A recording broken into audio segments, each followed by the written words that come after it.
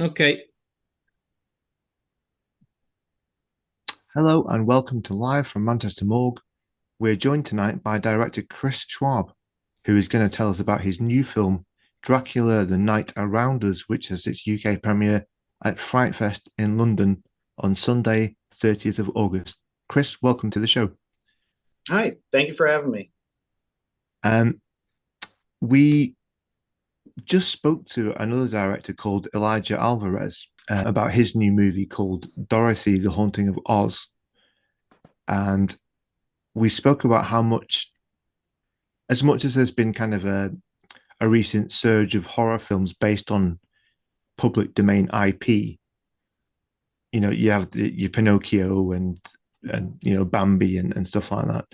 The concept is kind of nothing new, and I cited Dracula specifically as a character who's seen his fair share of adaptations. So I'd like to ask you the same thing I asked Elijah.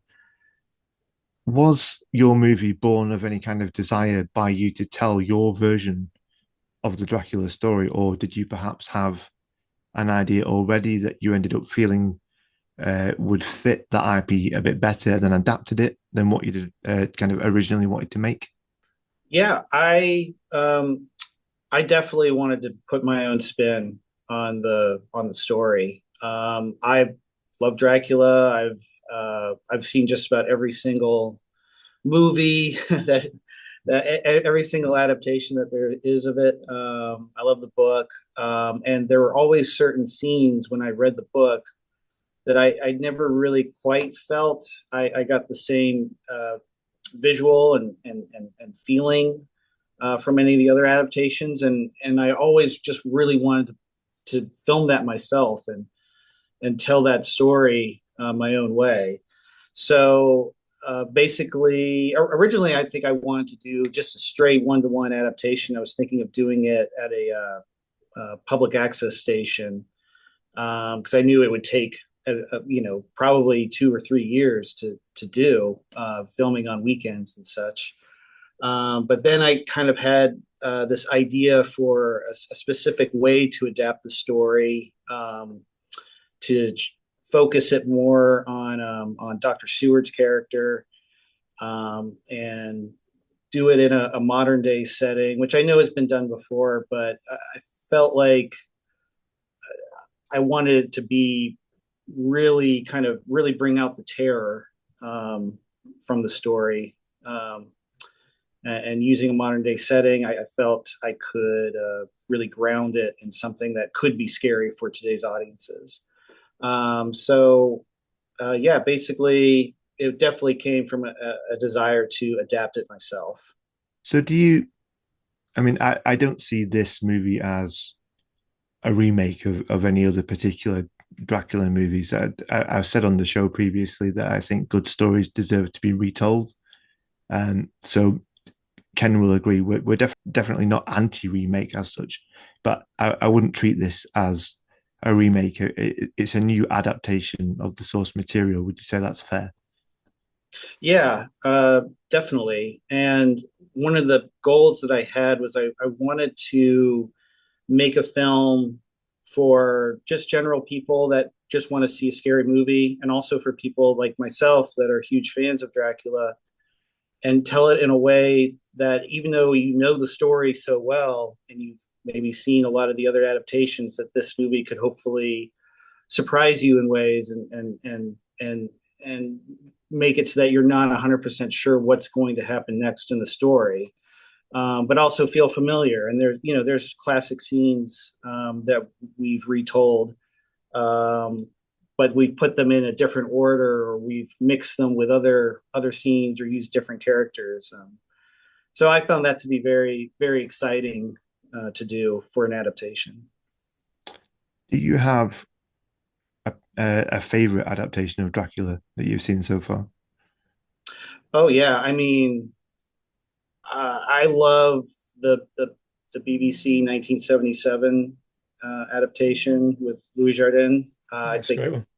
that's incredible. I also love I think it's the 1979 Universal with Frank Langella. Great movie. Yeah, I mean, and of course, I watch multiple. I mean, for so I times the Bela Lugosi 1931 Universal one all the time. All the Hammer ones I do a rewatch every year.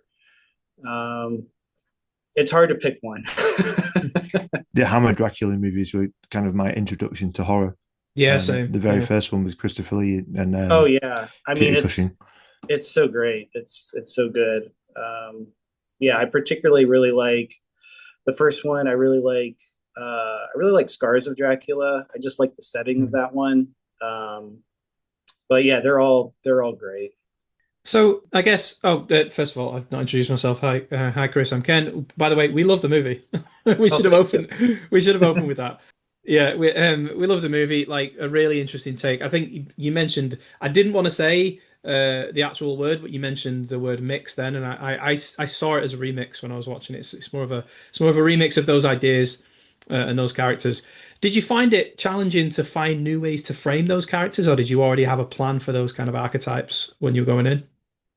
I kind of had a plan. I think the big thing, the big kind of aha moment I had was when I had the idea to have Lucy be played by a little girl and have her be Mina's daughter. And once I remember sleeping and I kind of dreamt it a little bit, and I woke up and I immediately went and wrote it down in my phone. Um, and I knew that was the way in for the story. Was the aim to have? I mean, from my perspective, it feels like I need Dr. Seward is the protagonist, but for me, Lucy and Mina are at the center of the story for the most part, and it's this kind of relationship of Mina being torn between protection, danger, freedom. So, was that your intent to have that kind of, I suppose, female dynamic in the center rather than usual Dracula tellings that focus on the male side of things? Yeah, I think that was kind of a happy surprise. It was going to be very Dr. Seward centered, and I think as I was developing the story, and then even as we were filming it, I think um, our the person who played Mina, Marlene McCohen, who's a great friend of mine. We've collaborated on a lot of things. I think her performance as we were filming kind of dictated a direction for where the story was going and how it would be centered in the final edit. Yeah, I found the one of the freshest aspects of it, that refocus on Mina and especially Lucy and the protection of Lucy.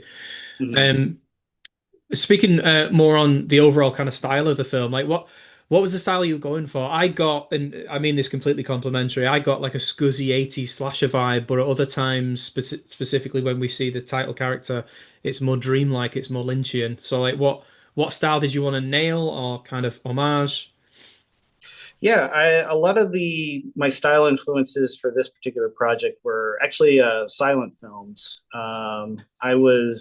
I really enjoyed watching like Faust or obviously Nosferatu. But you know, I kind of like the darkness, the shadows of that, and also I knew I wanted to shoot some of it on 8 millimeter film.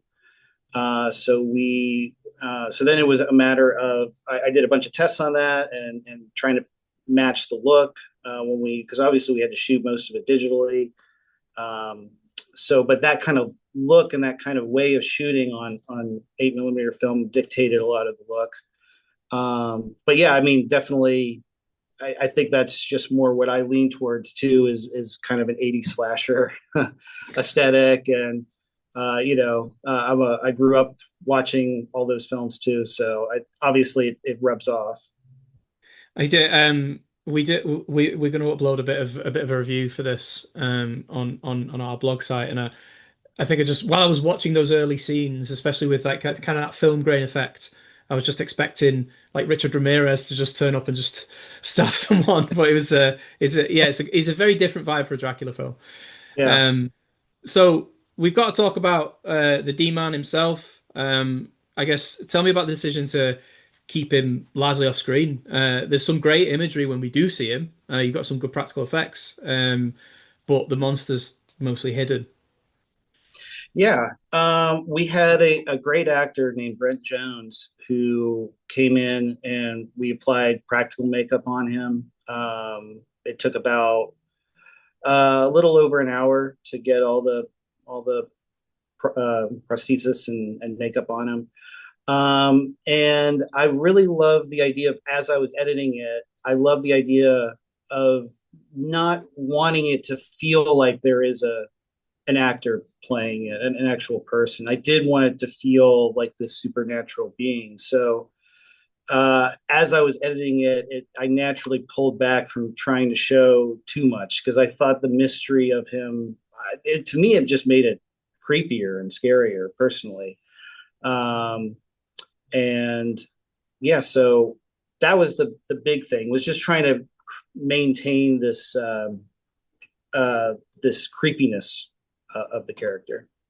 Yeah, he does feel like a disembodied presence. Like the scariest adaptations of these iconic monsters are the ones that are, you know, they feel kind of more of a malevolent force than a thing that can be killed. Exactly. Yeah, that's definitely what I wanted to go for. Um, I want to go back to the cast for a bit. Tell us a little about working with. I mean, we've talked about Marley McCowan. She's fantastic in the film. But Dr. Seward, played by Eric Toms, and Spencer Whitesell as Renfield, those they are both great. So, like, tell me a little bit about kind of finding and working with them. Yeah, Eric, I've known for a little bit, and we've collaborated on some other projects. And I specifically, when I was writing this, I wrote Dr. Seward specifically for him, knowing that I want him to play him. And he's an amazing actor. He's actually a really great comedian too, which I think helps because his timing on everything is just Yeah, so perfect. Um, and Spencer, and the other thing with I will say about Eric is that he is so down for anything. This was this was a very down and dirty production, and he was never a complaint. He knew exactly what the deal was, and always showed up prepared and ready to go. Just a true professional. Spencer is actually interesting because we actually had another actor cast for that role, and they unfortunately had to drop out about like 2 or 3 weeks before we were going to start. And so it was kind of a scramble. And I had known Spencer for just a little bit, but I knew him through a comedy show that he did called The Halloweeners, which is really funny. But one thing I was nervous about, and one thing that I knew I did not want to do with Renfield, was I didn't want him to be funny. I didn't want him to be a joke. I needed him to be legitimately scary and creepy. And I didn't want him to just be, this normal batshit crazy, kind of character. So Eric actually suggested Spencer, and I met with him, and it seemed like it was going to work out. But I didn't really 100% know until we did our first take. And once I saw it, he had a whole thing of how he was going to do it, and it was just so perfect. I couldn't believe it. I couldn't believe our luck. And we actually only filmed with Spencer for 2 days, but it was some of the most satisfying filmmaking I've ever done with that group of actors. It was really great. yeah, he's great, and we spoke about the how you represent Dracula in the film as this force. So Renfield in his more, if let's think of Bram Stoker's Dracula and Tom Waits as Renfield. He's out there. He's a crazy guy, and he's also very much a bit of a pathetic minion to Dracula. Whereas your Renfield is more like the avatar of what Dracula represents. He's very, yeah. He's what we need to be afraid of in the film, which is a different take on Renfield, I think. Yeah, thank you. Um, you said it. You said the movie was, kind of down and dirty, and it's a very lean film, very economical. But you've got some good practical effects in there. The design of Dracula, the fleeting moments when you see him are really great. Was that all kind of down to the wire filmmaking? Yeah, we did this on a very, very low budget.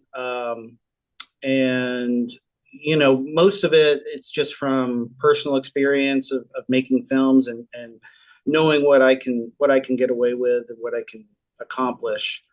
There were certain situations that required us to steal a little bit. We had to all the tunnel sequence stuff. That took me forever to try to figure out how to do how I was going to accomplish that. Am I going to try to build something in somebody's garage? And is it possible to get permission to go into tunnels? But at the end, we just hop a fence and do a little bit of trespassing to get the shots Nice. that we did, and almost get arrested by the cops. But we were quick about it.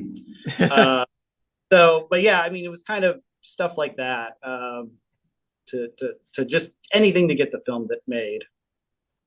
Yeah.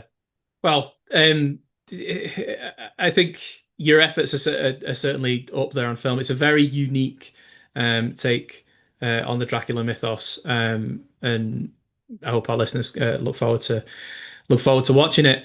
I guess we're going to wrap up shortly, but we usually ask the filmmakers that we interview, what are they currently kind of excited about at the moment in the horror genre? I mean, you're doing different things with familiar archetypes, so what is something that it kind of is new and exciting to you? Oh, that's a good question. I mean, right now, whew, I don't know. I'm excited. I'm just excited in general for some of the newer voices that are coming into the scene. I really loved Obsession and Backrooms. I thought those were really incredible, and I'm interested to see what some of these younger filmmakers are going to bring to the genre. Um, that's what I'm most looking forward to seeing. Yeah, it's exciting times. It's been a long time since we've had a little known horror do almost $1 billion, so it's always nice So when that happens. really, really incredible. Really, so, and it's exciting. It's fun. Yeah. I guess with this sea change in the horror genre, which happens every decade or at least every few years, it's ripe for the picking. Studios are going to be looking for horror filmmakers. So, what have you got on the horizon? What is some of the stuff that you want to get made? Yeah, I have a take on Dr. Jekyll, Mr. Hyde. I would love to Great. pick one. Nice. I also have an original story. It's about witches, but it's modern day sort of kind of a cult take on that. That centers on a young couple and their relationship and forces that come into play there. And yeah, I have a couple other. I have another script that's a sort of a woman being kidnapped and held against her will for a certain period of time. But yeah, I've got plenty of other stuff. That is good. That is good. On the evidence of this film that we're talking about now, I hope that all of those projects come to fruition. Thank you. Um, Gaz, do we have anything else for Chris? I just wanted to reiterate for our listeners that the movie Dracula: The Night Around Us is having its UK premiere at Frightfest on the 30th of August. So if you're down that way, please go and check it out. Chris, are you going to be at Frightfest? I think I saw on I will, social media you're going to be there. I will be. I'll be there the whole week. So I'm looking forward to meeting a bunch of other filmmakers and horror fans. And Oh, great. I haven't been to London since the mid '90s, so I'm super excited to get back out there. It's busier. Yeah. It's busy. Well, we're based in Manchester, which is obviously a bit away from London, but we have our own local horror film festival called Grimfest. Oh yes, yes. Um, so I don't think the movie's playing there, but But I will be submitting, and it would be a dream to play there. And I would Oh, love to great. Right, you heard it, Grimfest. We do coverage, and we have kind of press coverage for Grimfest. So I'm sure all of them listen to the podcast, and we'll definitely put that green tick on your submission. Perfect. I'll book my tickets. Oh, great. Okay, Chris. It was wonderful speaking to you. The film is great. I don't know. Do you have post festival distribution yet? Do we know when the Not wider yet. audience gonna see? Okay. Not yet. This is only our second festival. We just started our festival run back in June, so we're real early into it. Okay, great. Well, I hope you get a lot of bums on seats at Frightfest, and we'll definitely be keeping an eye on that when it comes to streaming as well. Wonderful. Thank you so much. This has been a real pleasure. Yeah, thank you Awesome. so Thank much for coming on the show. Great to talk to you, Chris.